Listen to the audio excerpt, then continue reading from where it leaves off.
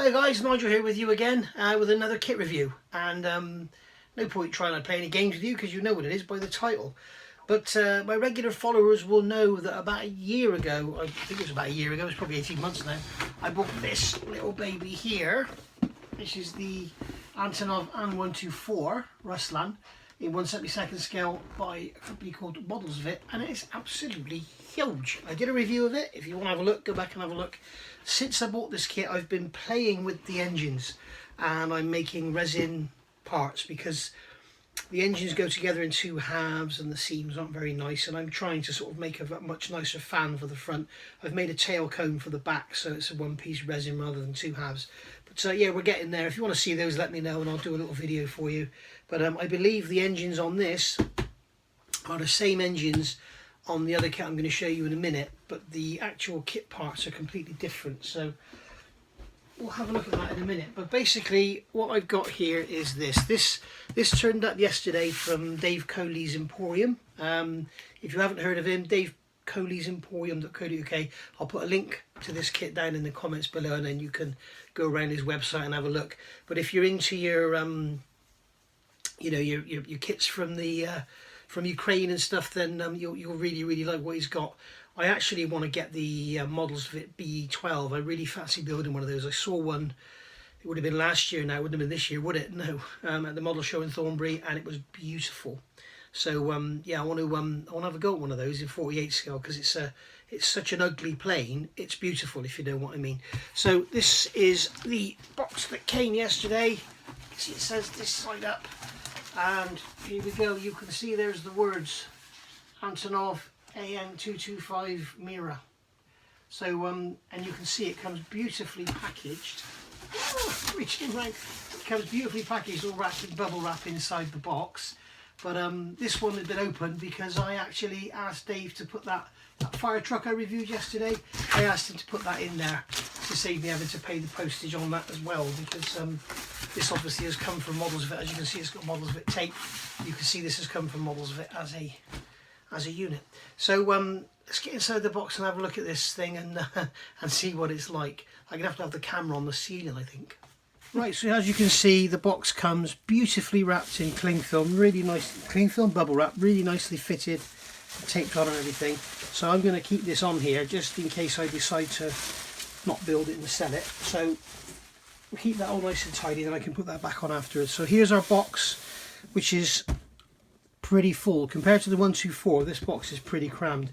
So you can basically see the middle of the box here. So if I come across to this end, you can see you've got Modelsvit. It's scale 1/72, catalogue number 7206, plastic model kit, limited edition, which they always say.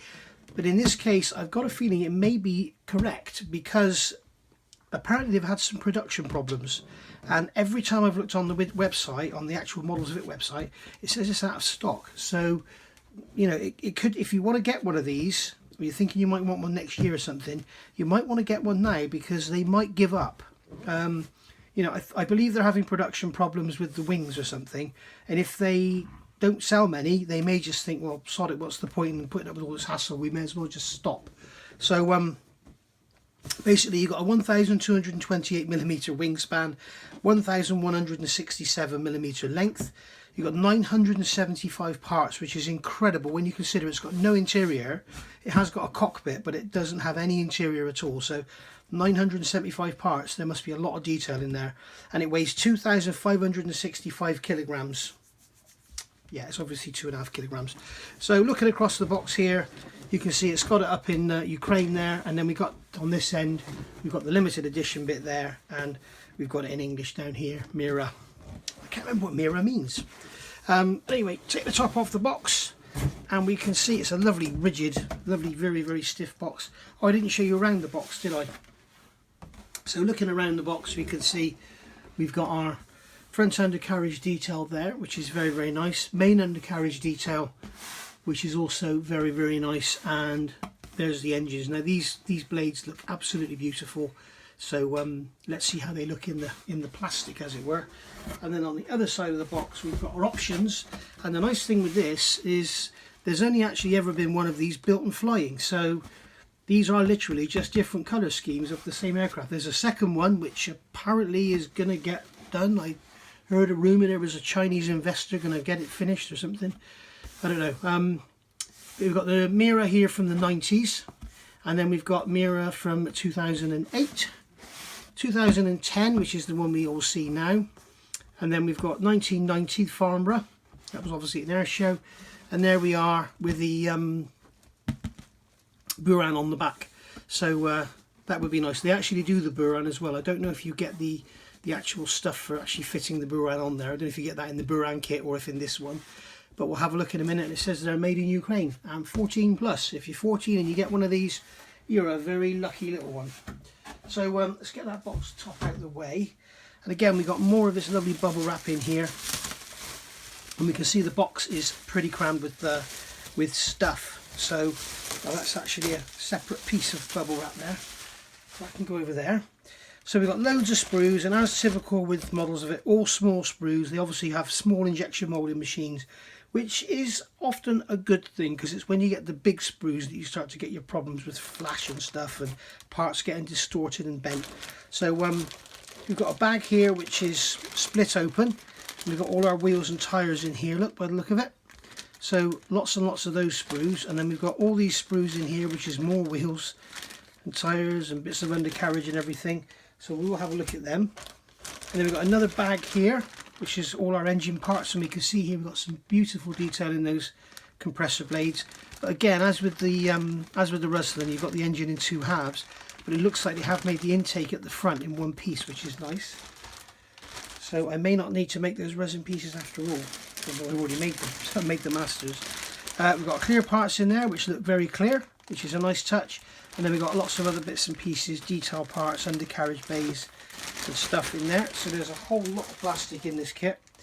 Then we've got all the fiberglass stuff. Now these are our two rear stabilizers, I guess, or two rear fins if you like. They're separate, so not to affect the draft from the Buran as it was released, I believe. So that's those there.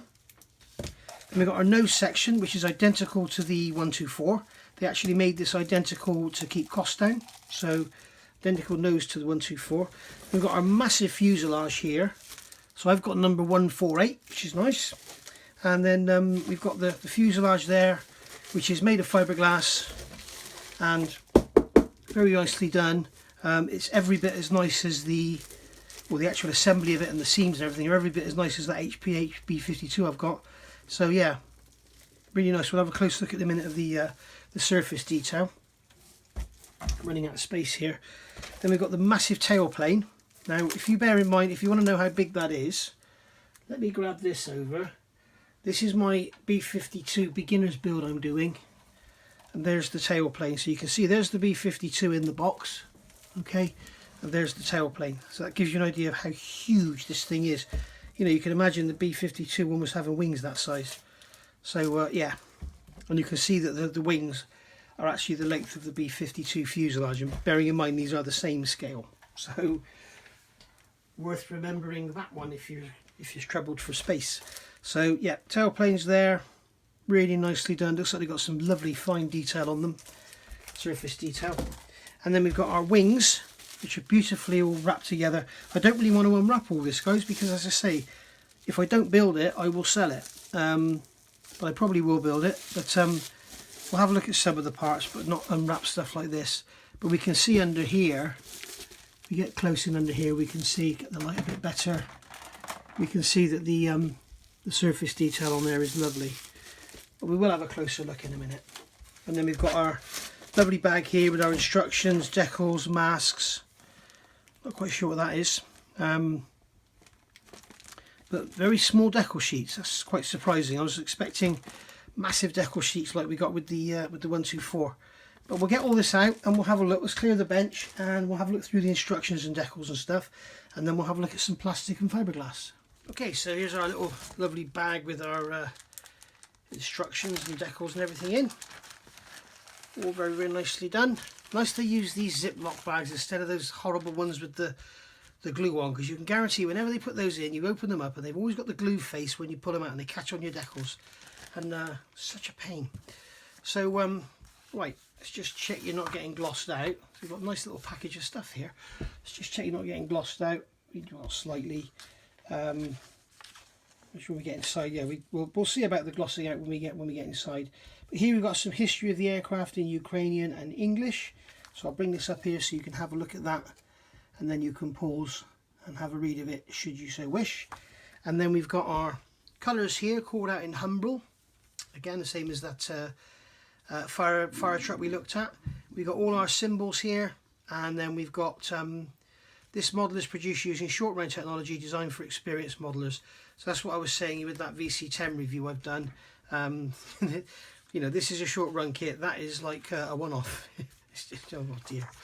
Anyway, so going inside the instructions, just want to make sure you're not all glossed out. You are a little bit here, I'm sorry. Let me get the light a bit better. There we go. So we've got our sprue callouts here, and you can see we've got lots and lots of sprues. All our engine pylons, engine parts, got 6 of those, lots and lots of parts. We've got our clear parts here. For some reason we've got 2 lots of clear parts there, I'm not sure why, but we will have a look at that. Maybe one is for the 124 and one is for the 225.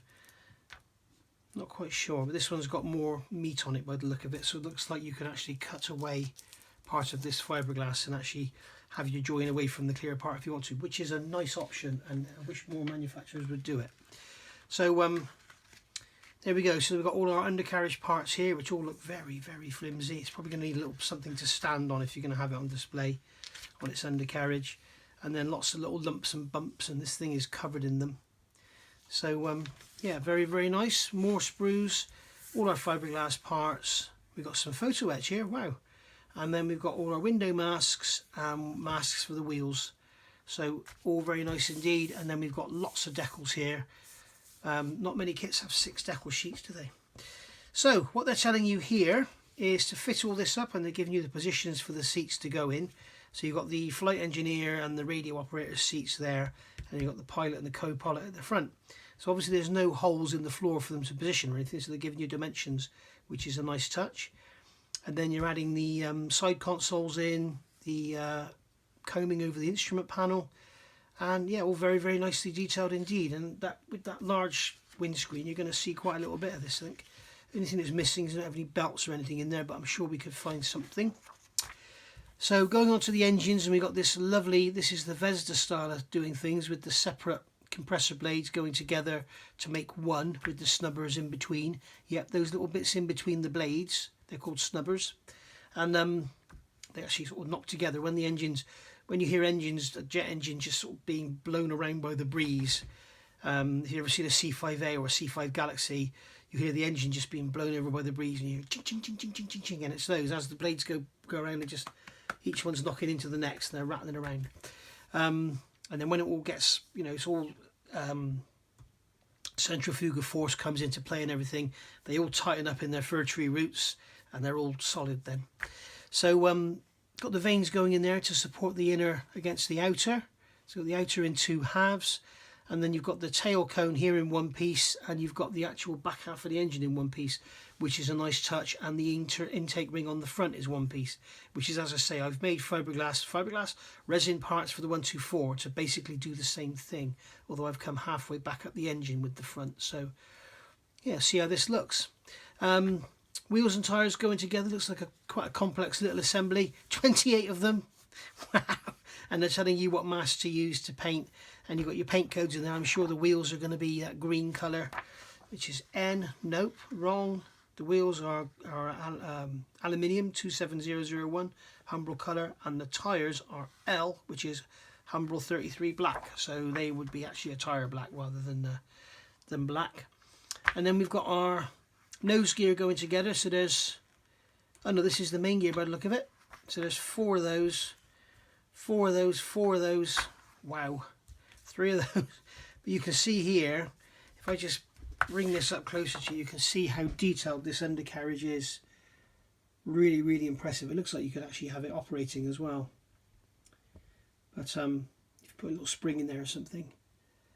You can see how complicated that is. Really, really nice.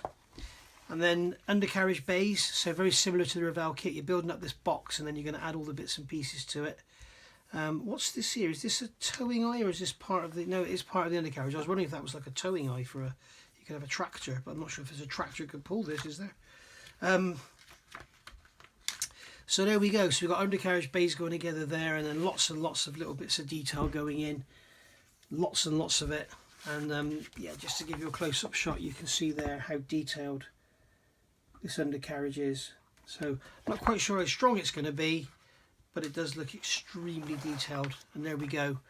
Loads more work going in there. Loads more work going in there. And just look at that finished assembly. Wow. That looks stunning. That's a model on its own. So, right, there we go. So we've got the undercarriage bay roofs going in now. We're going to cover all that up, which is a shame. And then we're going to add all our wheels and tyres. Undercarriage doors going there. And then we're going to start on the front undercarriage. Now, I'm not sure if this is positionable, so you can have it kneeling down, or if you just have to fix it in one place. And then we're going to add some bits and pieces. We're going to be drilling lots of holes in the fuselage, adding some bits and pieces to it. So you've got lots of PE and little bits of pieces going on, antenna and such like. Lots and lots of it, loads of it. And then we've got a little tail section going on the back of the tail there, and you've got these little cones going on the back of the vertical stabilizers. All very nice. And then we've got our, so you've got the option of either of those. So obviously the way the nose is made is here, so you can use that canopy. But if you actually want to get your glue away from your clear part, you can cut this out and use that canopy, which is a really nice touch. And I wish other manufacturers would do it, because manufacturers either do that or that, but they don't often give you the choice. So having the choice is a nice touch, I think. And it looks like that is how it would look. Yes, if the nose was open, that's the part of the metalwork that stays with the actual main fuselage. So maybe, just maybe, they're going to come up with... I did hear a rumour. Andy Richards told me about this when I first bought the 124. Andy Richards, one of my long-term followers who's right into these Russian cargo aircraft, told me a long time ago that this was coming out, this 225, and I couldn't believe it. And he thought he heard a rumour that there was going to be an interior, so maybe they're going to come up with an interior kit, and then you have the option to have the nose open and have all that on display. We've got our pylons here, engines going on, so there's 6 engines. They've got those numbered wrong. That's 1, that's 2, 3, 4, 5, 6. I'm not saying it's wrong for the kit, but that would be engine number 1 in real life. And then we've got all our fairings going on for our actuators for slats. There are slats, but the flaps on the back of the wings. I would love to make some resin flaps for this and have them down. It would look so much better. So you've got the headlight here up in the wing, folding down much like the old Lancaster had. And then moving on, more bits and pieces and greeblies, more tiny bits and odds and ends going onto the fuselage. So this is an extremely well detailed kit, guys. It's absolutely beautiful. And then we've got technical inscriptions, which is basically stencils. So this is our stencil data going on there. And it looks like we've got steel tubes or aluminium tubes to go in the wings. I didn't actually see them in the model. Yes, I can see them here. So we've got these tubes going in here, so you can actually not glue the wings on, but then you will have that horrible seam. I've always wondered if there's some way you could have like a rubber band system that pulls the wings together. You know, I don't know. But it would be better than having a gap, because these wings are going to hang down. But you've got all your stencils going on here. There's hundreds of them on the bottom. Look, you've got 14 going in there. So every one of these little access panels under here, obviously for inspecting the fuel tanks or whatever, is going to be have a stencil on it. So that's really nice. And then there's more technical inscriptions here to go on the front, the top. So you got, this is the starboard side, this is the port side, and the underside, and here is the upper side. And then you got all your stencils going on your engines as well. So that's your instructions. Wow, that is an impressive kit. Not only is it huge, it's impressive, and I can't wait to see these detailed parts for the... But let's have a look at this colour call out first. So we've got a colour call out here with our options. So we've got, there's no numbers on them, so I'll just go through them. So this is Gostomel 2008. So this is going to be in the original cargo scheme, but in the simple scheme. And then we've got Gostomel 2018. So this is the latest scheme, as we see here in today, when she's in and out of Prestwick and everything. So you've got the grey underside, white on the top, and then this beautiful yellow and blue flares. You've got the painting scheme here, which is showing you your red wing tips. So this is 2018, and then this is the other versions. So I can't see the difference looking at it quickly there. Oh, there. You've got the black tail on it there. They've not changed it to white. And there's some stuff going on around here. So yeah, there you go. And then the painting skim, other versions, and then the underside of the Gossamer 2018 has got this grey belly. And then you've got the 2007, 2008 underneath the nose. So when the nose is lifted up, that's what it shows. Whoops. And then these versions here, this is the Gossamer 2007, 1992, 2007. Would that have been for the Buran? I'm not sure. That would have been for the Buran, surely. Maybe this. Oh, okay. It was left to rot, wasn't it? It was left to die, and then it was resurrected, and that is probably the original scheme. And then they've added the Antonov transport. What's the name of the company? I can't think what they're called now. The Antonov Transport Company. They've put their logo on the side there. So there we go. So that's the colour call out. Now here we've got a pretty heavy bag of stuff. Again, thank you for using these Ziploc bags. Modelsvit, so much better than those sticky bags. Right, so we've got lots of stuff in here. So we've got a one sheet of decals here. I want to make sure you're not all being glossed out here. So there we go. That's one set of decals there. And you can see these are all for the Antonov 2018 version, I'm guessing. We've got some stencil data on there as well. We've got instrument panels and stuff. I'm not sure who makes the... Oh yeah, we do Decograph. So printed in Ukraine. So they're probably going to be quite nice because they're made by a Decal company. So they're probably going to go down lovely. And there's some advertising there for the Antonov Design Bureau. So there's that one, and then this is for the earlier version. So you've got all our blue stripes there. And again, we've got all the stenciling there. Nice. And then this is the red striping for the Buran type one.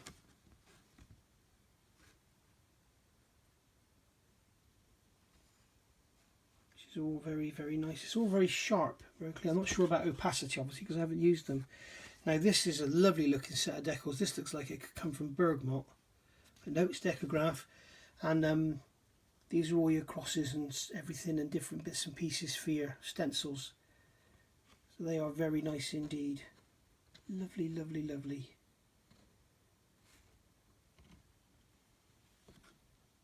You have some fun with them, my God. And then this is the 2018 colour scheme. These, not sure, they don't have the Decograph on them, but the colours look great. And the actual, if you look, there's hardly any carrier film on them at all. So they are really, really nice. Let's bring the light back over here. Very, very sharp edges and no carrier film. And then we've got the other side here. If you did mess these up, I'm sure you could get in touch with them and they would send you a spare set. And we've got our wheel masks here, which you may or may not use. They might be good for the roundels actually on the VC10. And then we've got the photo etch here. So we've got some grills. It's basically all grills for the fuselage. Beautifully etched though, really, really nice. Feels quite thin as well. And then back here we've got another decal for that anti-glare around the windscreen. So I don't know why we've got that one when we already had one on here. Oh, it's different. Okay, different shapes. So that's our decals. Right, so we've had a look at that. Let's have a look at some plastic. Okay, so I'll go grab these bags basically as I come to them. And I think we're going to have a lot of multiple sprues. So I'll just be showing you one of each. I've got the instructions here to my left, so if we need to refer to anything. Unfortunately this bag has been split, so a little repair or replacement job to do there. There's our aluminium tubes for our wings, nice touch, and they're nicely chamfered on the ends, which is nice. And then we've got our Now here we've got some tyres and some wheels, and we've got some undercarriage legs. So we've got 2 of these, so I'm assuming these are for the nose gear. And then we've got 1, 2, 3, 4, 5, 6, 7 of these, so I'm assuming these are for the main gear. Okay, so, oh no, we haven't got 7 of those at all. We've got 1, 2, 3, 4 of those, and then we've got 3 of those. So hopefully we should only have 3 and not 4. I'll have to do some checking. But basically, there we go. There's all our sprues laid out. So this is the nose gear sprue. And I must admit, there's some lovely crisp moulding on here. Not a lot of flash. There's tiny little bits of mould seams and stuff, but nothing much.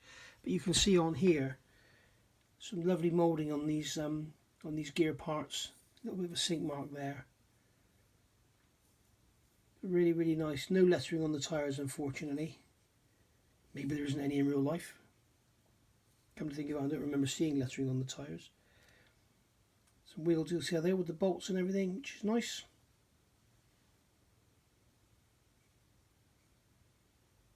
Very nicely done. So you've got 2 of those.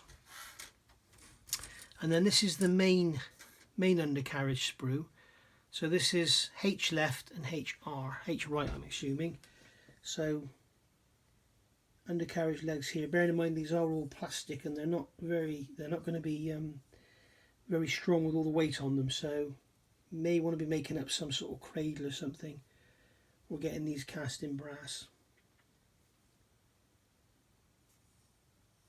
So there we go, very nicely moulded, and on the back side once again very nicely done.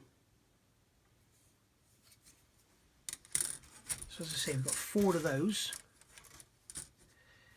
and then we've got 3 of these. So this is W right and W left. Again, lots and lots of little arms and actuators and supports and stuff. Bit of shrinkage and sink mark there, you can see. As it says in the instructions, this is a short run kit, so that's the kind of thing you expect. And it's built for modelers. It's not the kind of thing you go down to your local shops and buy and put together on a weekend and then paint it. This is, you know, it's going to need some work. It's going to need some modelling skills. It's certainly not going to be a kit for the beginner. And then here we've got our wheels and tyres. These are our main wheels and tyres. We've got 1, 2, 3, 4, 5, 6, 7 of these. So they go together beautifully. They almost sort of lock together. But we can see here we've got our wheels, tyres, the brake assemblies there.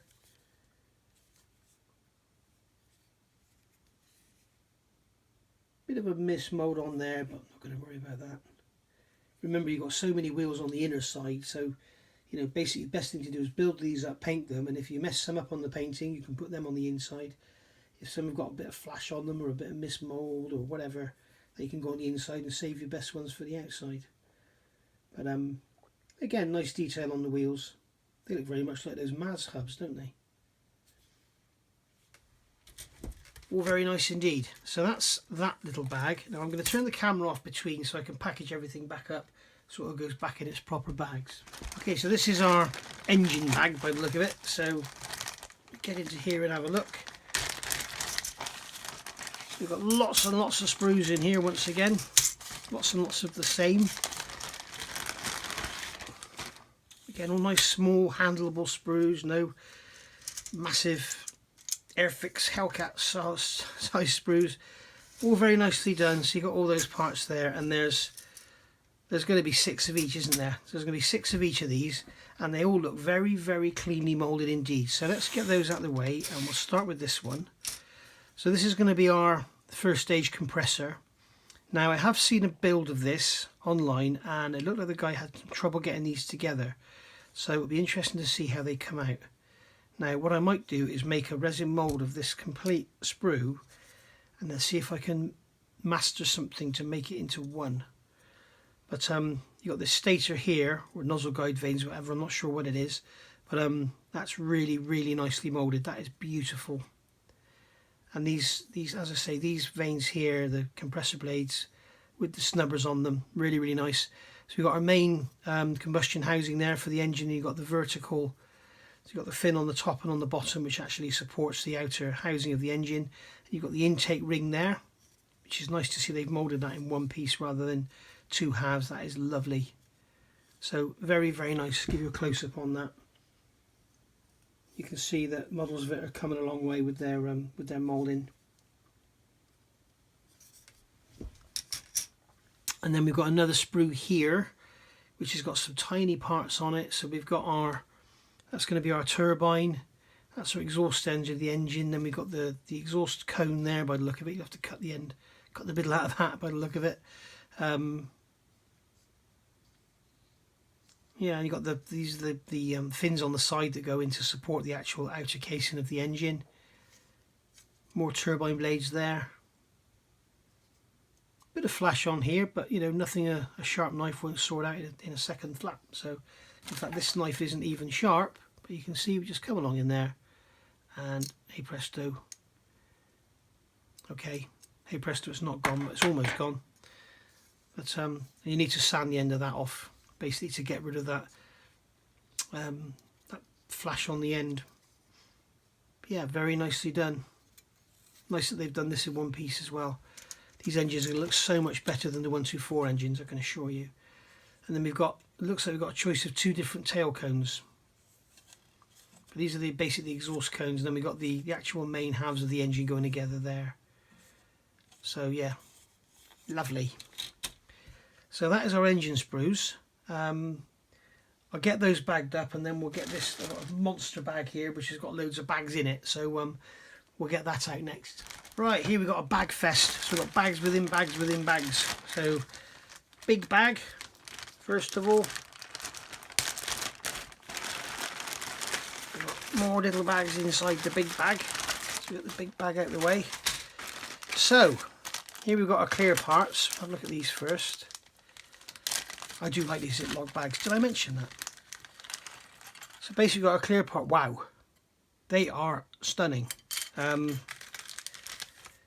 So there's some small little clear parts here, which is going to be some wingtip lights and windows and bits and pieces like that. So this is your usual sort of Modelsvit stuff. It's not the best in the world, but you know, it's there. It could be replaced with acetate, but it's all there. And then these are amazing. They are really, really nice. Couple of marks on there, but we'll do the good old distortion test. You can see we have got some distortion because of the shape, but remember we're only looking through the actual glazing. We're not looking at the overall dome of it because the top's going to be painted. But yeah, very nice indeed. And you can see, as I said earlier, this one is obviously made for if you have the nose in the up position. So it could be they're going to do an interior. If they do, I'll be buying it. Yeah, lovely. Very, very nice. Beautifully moulded. Put them away straight away so they don't get touched. And I'm tempted to slip that in another bag. Okay, I'll put that other sprue in another bag so it doesn't scratch the main parts in there. So that's lovely. Right, so what have we got here? We've got this bag here which looks like it's all bulkheads and stuff. So we're getting away from all the 6 and 10 and 9 sprues and everything. So this is obviously our nose gear bulkhead there, which is beautiful. I will give you close-ups in a minute. And then these are the footrests that it sits on. And then we've got, these are obviously going to be parts of the main gear bays, I'm guessing. And then lots and lots of tiny little fine greeblies. Wow. There's some very, very fine moulding on here. This is more of the actuators for the front undercarriage, which if it's on display, again, if they're going to all this fuss, I'm wondering if they are actually thinking of doing an interior so you can have this displayed with the front open. But basically, if you look on the moulding on there, it is absolutely gorgeous. It's really, really nice. It's really beautifully done.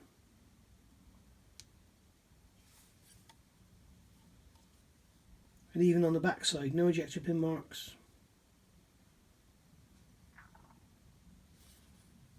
It's a good point. There are no ejector pin marks on here. Anywhere. How have they done that? You've also got on there the fine mesh, the grid detail on the back of the foot supports. There are no ejector pin marks, I hadn't noticed that before. So here we've got our gear doors. Again, no ejector pin marks, which is a really nice touch. That's another beauty of having these small sprues, I guess. It makes them easier to push out of the mould. You can see they've got a central injection point here, and they obviously cut that out because it's probably got a tree on it from the core. But yeah, lovely detail on the inside of those doors. And you've got the secondary doors there. And then we've got these are actuators or stiffeners to go inside here. They're probably just stiffeners that go in there. And some very, very small little pivot parts or whatever. You see the detail in those doors. It's lovely.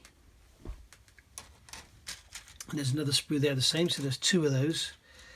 Now again, we've got two of these. Now this is Tiny Part City. Look at this. These are going to be all your little arms and bits and pieces for your main gear. You have some fun with that lot, cutting those out. I would suggest if you're going to build this, cut those out with a saw. As soon as if you get those nippers in there, you're likely to snap them. But yeah, really nice, lovely. And then here's our undercarriage bay roofs. Again, we've got two of these. So that's our main gear bay roofs. Again, no ejector pin marks at all. So no cleanup required. Again, very, very sharply moulded, beautifully done. This plastic, by the way, if this is the same as the A&A Models fire trucks, it responds so well to your hot glues. It goes together beautifully. So you've got a left and a right there. So you've got N, R. So they look the same. You've got to be very careful because they're not. They're not the same. You could have fooled me. They look exactly the same to me. Right, and then here we've got another two of these sprues here. So these are going to be our partitions in between our undercarriage. In between our undercarriage legs. And you've got all the little fine actuator detail again here. You've got the bulkheads. Again, no ejector pin marks whatsoever. So if Modelsvit can do this, why can't other manufacturers? Why can't other manufacturers make panels like this? You can imagine if this was, you know, an old Airfix kit or something, there would be an ejector pin there, and it would be about 6mm diameter, and it would be across those lines. And then just for fun, they'd put one here as well. It's amazing there are no ejector pin marks. They don't use ejectors by the look of it. So that's another one the same. So there's two of those. And then we've got this one here, and I'm assuming there should be two of these. Or is this the centre part? Yeah. Beautifully moulded. Again, no ejector pin marks. Very, very smooth, very straight. So I'm assuming that's going to be the centre portion of the undercarriage base, so we don't need to worry about having two of those.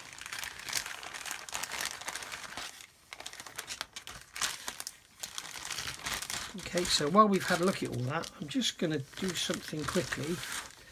I'll grab the instructions so you can have another look at how all this goes together. Look at that. We've just seen all the parts, and now you can see it all going together. It'd be worth building this just to look at that undercarriage bay because it's absolutely stunning. Right.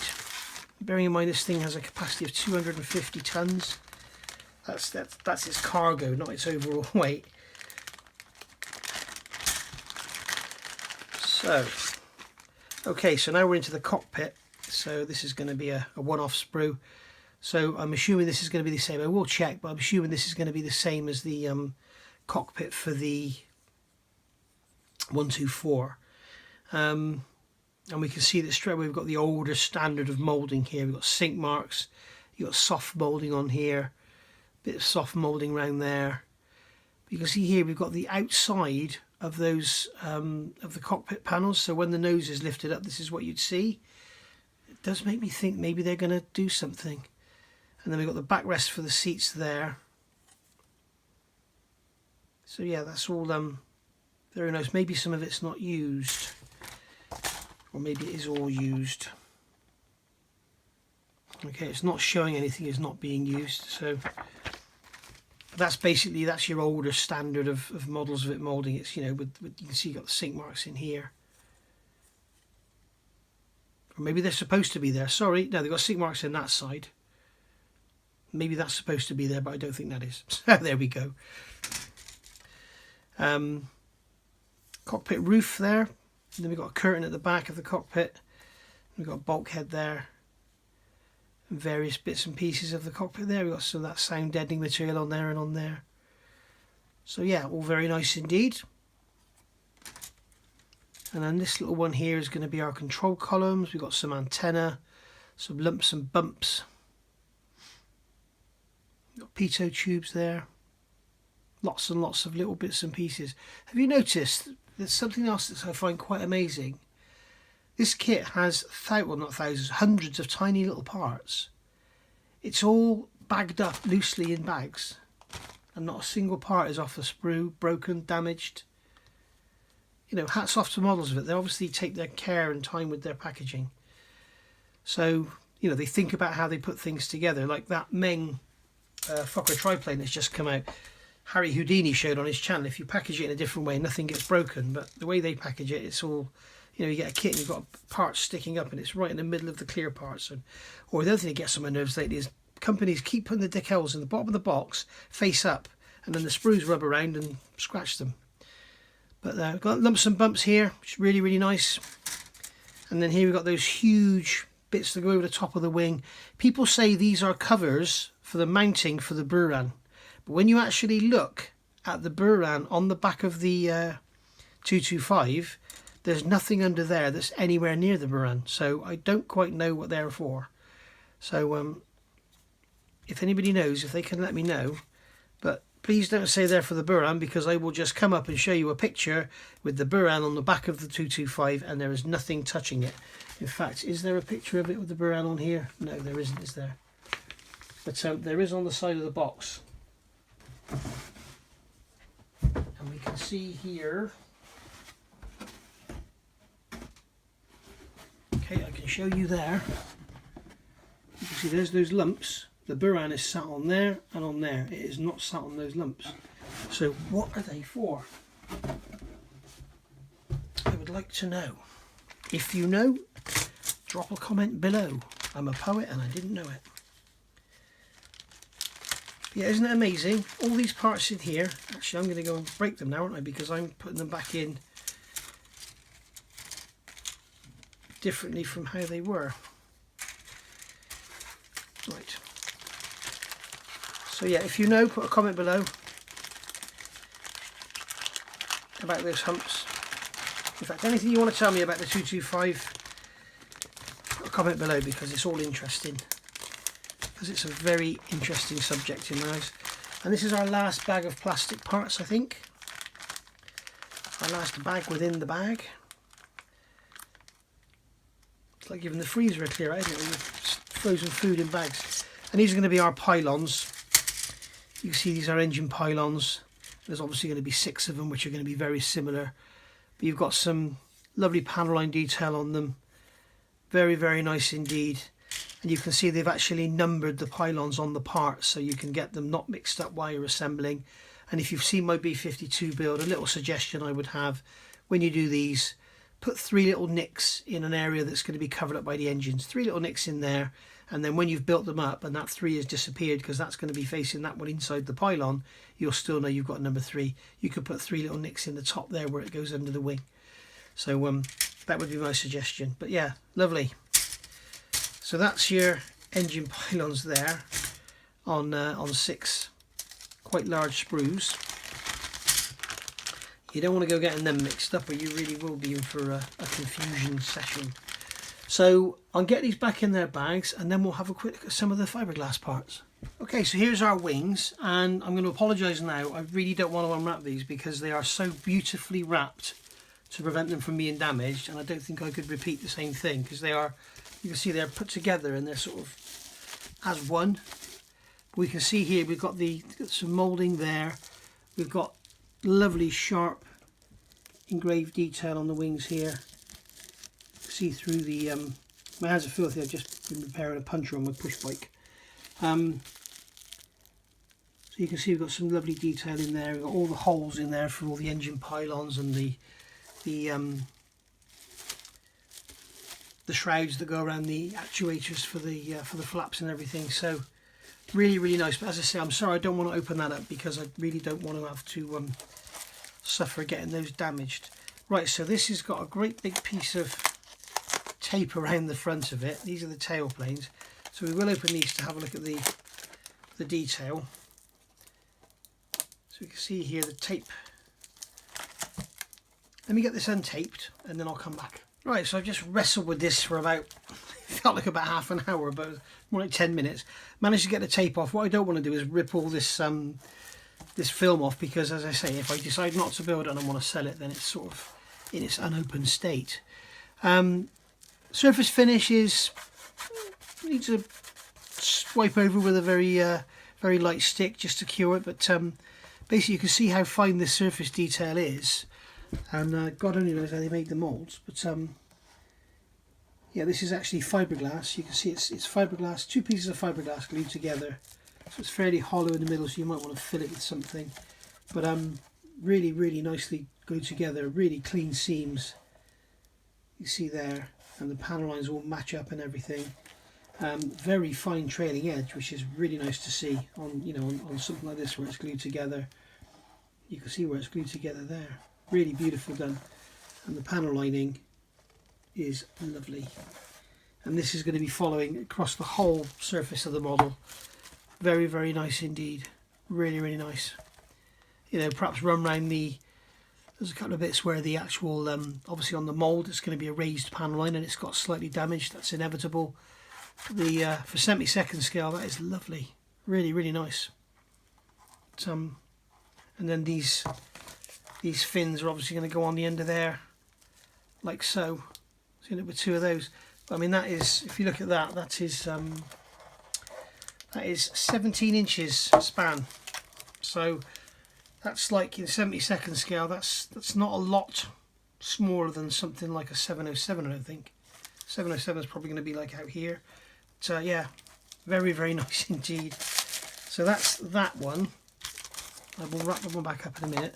And then we've got the nose cone here. This is easy to get at, he says, because they put this tape in. It's got this sellotape type material and it's extremely strong. I'd love to know where they get it because I want some. I don't need to get it out, but basically you can see you've got the similar sort of surface detail on here, which is really nice. Here we go.